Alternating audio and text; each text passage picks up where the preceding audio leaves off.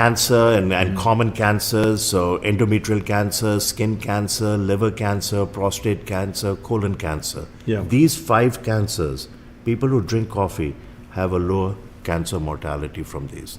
So 5 cancers: cirrhosis of the liver, Parkinson's disease, Alzheimer's dementia, the early stage of Alzheimer's called cognitive decline, low risk in coffee drinkers, low risk of type 2 diabetes. Here both decaf and regular coffee work. And if you drink 4 to 6 cups, there's a 40 to 54% reduction in developing type 2 diabetes. And if one already has type 2 diabetes and they drink 2 cups, regular or decaf, there's a 30% reduction in cardiovascular mortality.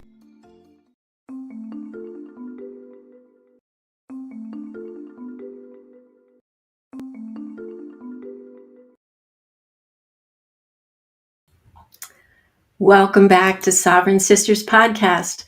I'm your host, Angela Atkins, and today's episode, The Fight for Truth and Merit, is a response to your overwhelming engagement to the video snippets I posted from last episode. Now, I review all the metrics, I read all of the emails I receive, so based on what I've learned, we're going to be looking at the 2 lightning rod issues. It's the battle for an open dialogue in polarized time, and the debate over merit versus identity in education and workplaces. Now, I'm going to review the issues and allow for your input. I hope you'll post your thoughts in the chat. I'll bring them up on the screen and we can discuss them. So the responses made one thing clear to me. These issues aren't just policy debates. They cut to the core of what we value as a society. So today, we're examining this a little more deeply. Why do you feel people are silenced? And how do we balance free speech with responsible discourse? And when it comes to opportunity, does prioritizing diversity come at the cost of excellence? Well, let's explore these topics a little bit more. Well, this one is about political polarization and free speech. Well, let's start with a sobering statistic. A 2023 Pew Research study found that 55% of adults avoid discussing politics in public spaces because they fear social or professional backlash. If free speech is protected on the First Amendment, why do so many people feel unsafe expressing their views? Well, the one major reason is polarization. Political scientist Dr. Liliana Mason's research shows that partisan animosity has doubled since the 1990s, making disagreements feel personal rather than ideological. So we've moved from debating policies to attacking people. Well, this matters because the First Amendment wasn't designed for a society that silences dissent. James Madison called free speech the keystone of democracy. But yet today, 67% of Americans say political debates feel hostile. And this comes from a Pew Research Center study in 2023, so relatively recently. If we fear speaking up, are we really a nation of free thinkers? And if not, how do we bridge this gap? Now remember, the Declaration of Independence begins with, "We hold these truths to be self-evident." It doesn't say, "We hold these convenient opinions." But when institutions selectively amplify certain narratives while suppressing others, public trust is eroded. So let me give you an example. In a 2023 Knight Foundation survey, 64% of Americans said they believe tech companies censor viewpoints they dislike. Is this a valid perception? Well, internal documents from Twitter, now X, remember they released the Twitter files that revealed that government agencies flagged specific accounts for content removal. While some argued this was necessary to prevent disinformation, others did see it as a selective suppression. Well, this raises a difficult question. How do we balance free speech with accountability for misinformation? Because if we allow absolute free speech, disinformation can be spread. But if we regulate it too aggressively, we risk silencing truth in the process. The question is how to balance free speech with accountability for misinformation is one of the most complex challenges in modern societies. At its core, it asks us to weigh two competing values: the right to express ourselves freely and the need to prevent harm caused by false or misleading information. Well, historically, free speech protections have been based on the idea that truth emerges through open debate. But in the digital age, where misinformation spreads faster than ever, this concept is really being tested. If we allow free speech, we open the door to disinformation to flourish, potentially undermining public trust. But if we regulate it too aggressively, we risk silencing inconvenient truths and dissenting opinions, which are essential for a functioning society. Free speech is a cornerstone of our republic for a reason. The First Amendment in the U.S. Constitution explicitly prevents the government from restricting expression, allowing individuals to challenge authority, expose corruption, and share diverse perspectives without fear or legal repercussions. Now, back in the 17th century, John Milton, a philosopher, and later John Stuart Mill in the 19th century, argued that truth prevails when all ideas, even false ones, compete in the open marketplace of ideas. In other words, bad ideas will be debunked through discussion rather than censorship. So, stated succinctly, in the marketplace of ideas, the best ideas win. So, here's an example. During the civil rights movement, government officials attempted to suppress protests and media coverage of them, claiming it could lead to public unrest. Well, had these restrictions been upheld, public awareness of racial injustice would have remained limited. Once again, we give authorities to power to regulate speech. But who decides what qualifies as misinformation? History shows that governments and institutions have often used censorship not to protect the public, but to maintain power. There is a risk of censorship being weaponized. So, for example, in 1971, the Pentagon Papers leaked documents exposing the truth about the Vietnam War, and the US government tried to suppress it, claiming it was necessary for national security. But more recently, you'll recall in 2020, the Hunter Biden laptop story was censored by major tech platforms before the election because labeling it as disinformation. And later, mainstream outlets had to confirm that the laptop was actually authentic. Well, in these cases, the label of misinformation was used to silence inconvenient but factual reports.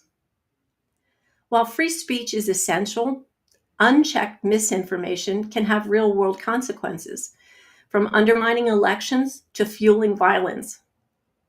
In this digital age, information spreads faster than ever, making it easier for falsehoods to take root before they can be corrected. Now, misinformation campaigns have been used deliberately to sway elections, to incite division, or to propagate propaganda, and can manipulate public opinion and undermine trust. So if you'll recall, in 2016, there was the Cambridge Analytica scandal. This firm used social media to target voters with tailored misinformation during the US presidential election and the Brexit campaigns. So a 2023 study from MIT Sloan found that false news spreads 6 times faster than factual news on social media. Well, it makes it difficult for the truth to catch up. False medical information can lead to real harm. It undermines the public trust in not only in healthcare and science, but it poses safety risk. And a real-world example is the COVID-19 information. The information was everywhere, and it led people to trust the government narratives and silence alternative viewpoints. And then there was ensuing harms, which directly impacted the health of the public. When false information results in harmful real-world consequences, shouldn't there be guardrails to prevent this spread? So where's the middle ground? Given these competing concerns, how can society protect free speech while limiting the damage caused by misinformation. Well, instead of outright removing content, platforms and governments should decide to prioritize transparency by labeling disputed claims and linking them to credible sources. But then, who defines what the credible sources are? So if you'll remember, YouTube and Twitter introduced context labels on viral posts instead of deleting them. They allowed users to see the fact-checking sources and let them make up their own minds. But what guidelines did these companies use to determine these labels? And who selected the fact-checking sources? So misinformation is often deliberate, whether it's from governments, for-profit institutions, disinformation campaigns, or even just politically motivated actors. Instead of restricting all speech, efforts should be made to focus on how to identify intentionally spreading falsehoods for manipulation. We need to hold bad actors accountable, not silence debate. Now, here's an idea that's working in real time. The EU's Digital Services Act of 2023 doesn't criminalize misinformation, but it requires platforms to disclose who is funding the ads and narratives. This approach targets deception, not legitimate debate. I think that's an idea that we need to look at, because if we have to disclose who is funding, where is the money coming from, and they always say follow the money, we'll find out the reasoning behind it. So rather than policing content, we should be teaching people how to critically evaluate information. Studies show that countries like Finland with strong media literacy programs have lower susceptibility to misinformation. As I was saying, Finland has a media literacy in their schools that began in 2016, and now it ranks among the most resistant nation to fake news in Europe. And this is from the University of Gothenburg in 2020. So there's a challenge here. There's got to be some nuance. Free speech and misinformation accountability are not mutually exclusive, but striking the right balance is difficult.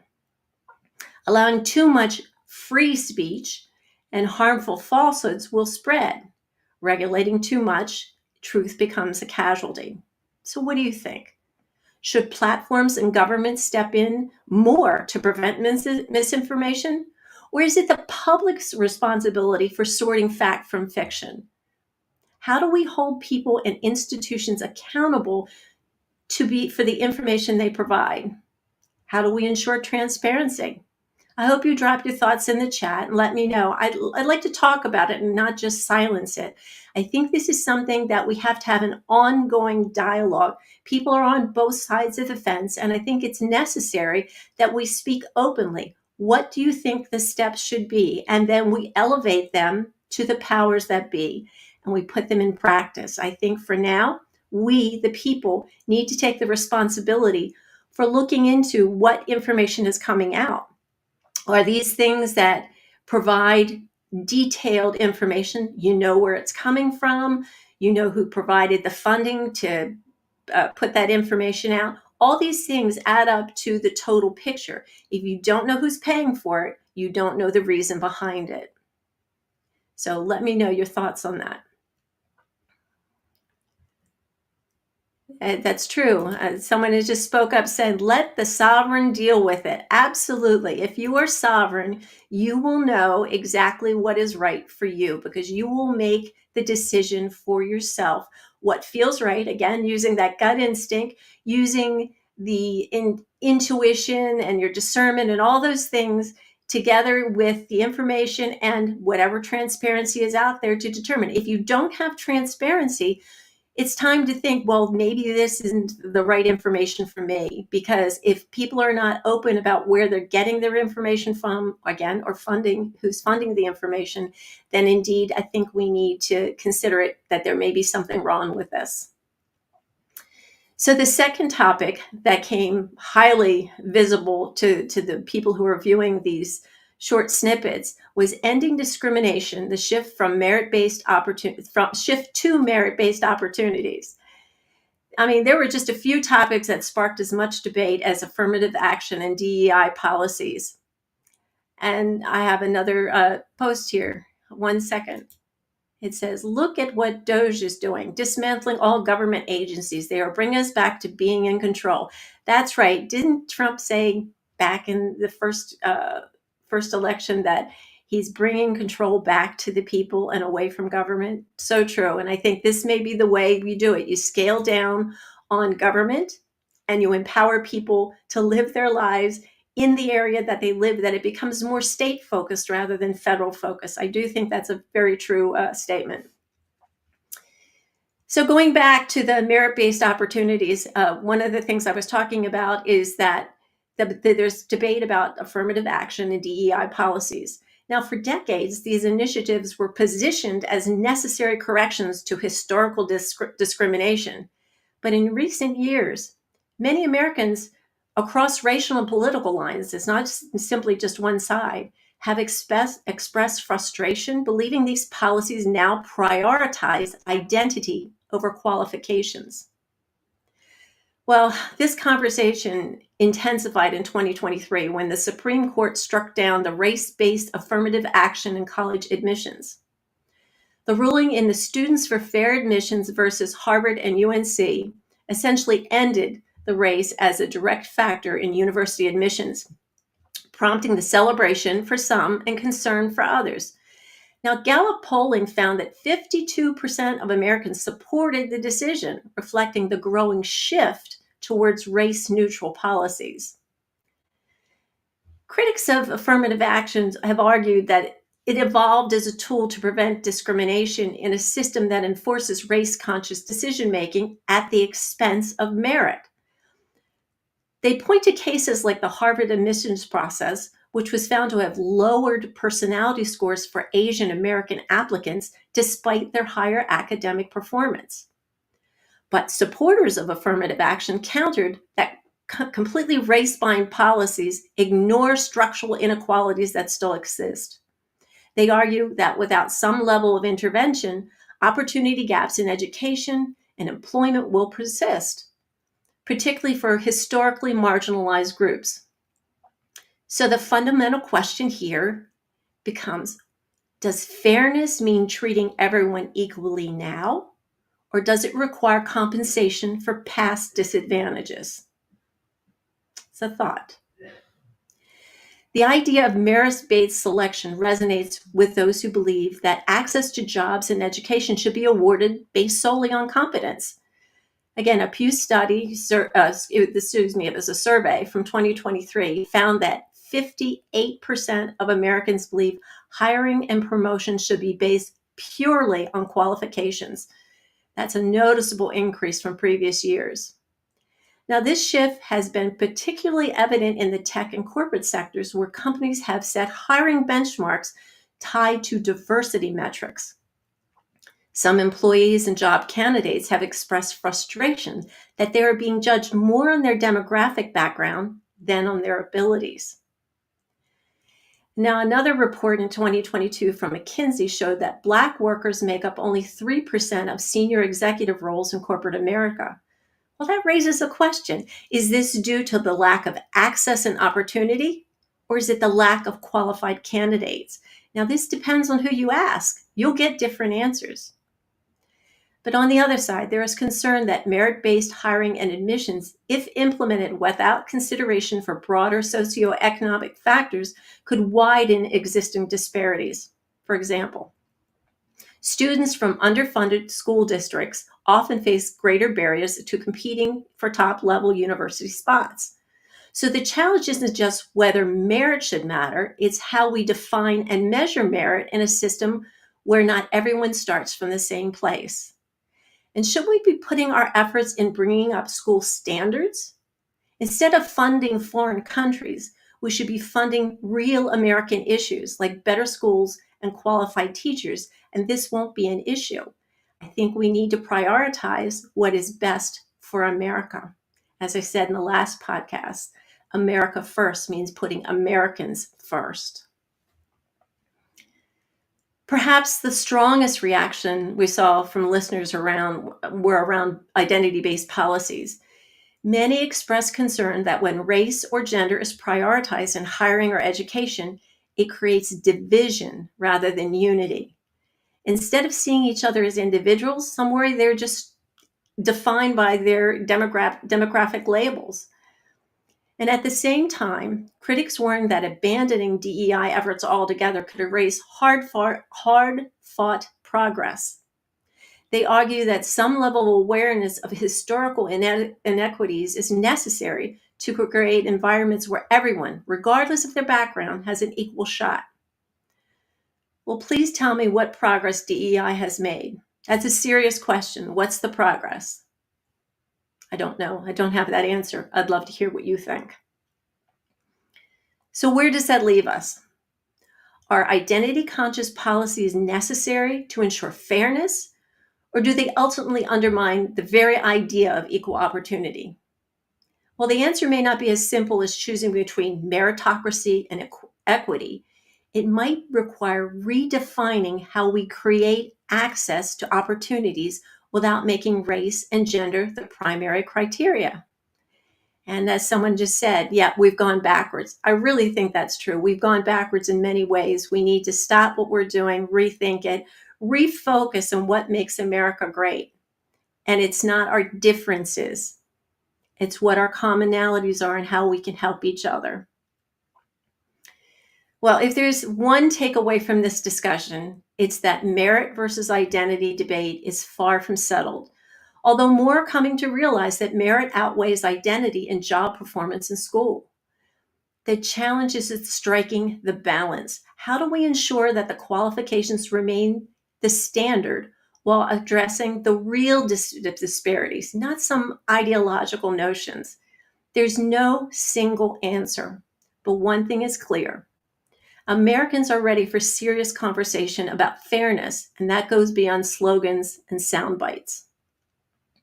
So again, I'd love to know what you think. Have you experienced shift in hiring or admissions firsthand? Should meritocracy stand alone, or is there some middle ground? Drop your thoughts in the chat. I'd love to hear from you. Now, I know this was just a brief overview of what happened last week. It was surprising to me how the numbers jumped so drastically on those two videos, but I really thought it was worth addressing that there is a debate that still needs to be had. There is conversations that we need to have openly and freely and not take things personally. Personally, it's just amazing to me how you can say something so innocent to someone and they take it as an attack instead of saying, this is my opinion and it's based on facts, or it's based on, relative information that I'm aware of. I have had high-level managers get hired because of DEI. And did it make things better? Were you able to get your job done any better just because somebody was a DEI post? That's why I asked, what progress have we made? I don't understand. It's brought to light this one group or one faction that believes in these diversity, equity, inclusion policies, but I don't see anything. The answer was worse. Thank you for sharing. I don't see any real progress in making either our work environments or our educational systems better. But I really want you to consider these things, and moving forward, keep an eye out for things that look divisive. Is this intentional? Is this to make you feel something that you don't feel naturally? And if so, why? And then make a decision from there. Is the information being provided to provoke a reaction, to make you angry, fearful, not like the other side, or whatever it is? Instead, find a way to translate that for yourself, saying, I know what's right for me, and I'm going to do it in the right way and not worry about all these other things that people throw at me, because we don't know where it's coming from. Again, without transparency, without knowing who's funding it, where it's coming from, we don't really know the intent. So I ask you to keep an eye out. I have upcoming episodes that will include interviews with people who are making the world better with their own endeavors. Keep your eye on posts on Telegram. It's t.me/Sovereign Sisters, and the live stream update every week. Now, one more thing before we go. I want to share this with you. Tina Peters is a patriot and a whistleblower who risked everything to expose election irregularities. Her unjust detention is an attack on transparency and free speech. So there's a call to action.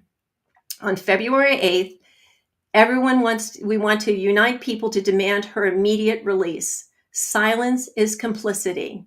Amplify her story.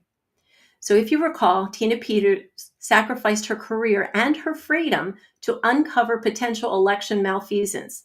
Her actions were driven by a duty to protect democracy, not personal gain. Whistleblowers like Tina are essential for safeguarding our elections. Prosecuting her sends a chilling message to truth tellers everywhere. Election systems must be open to scrutiny. Tina's effort to audit voting machines were about ensuring trust, a cornerstone of democracy.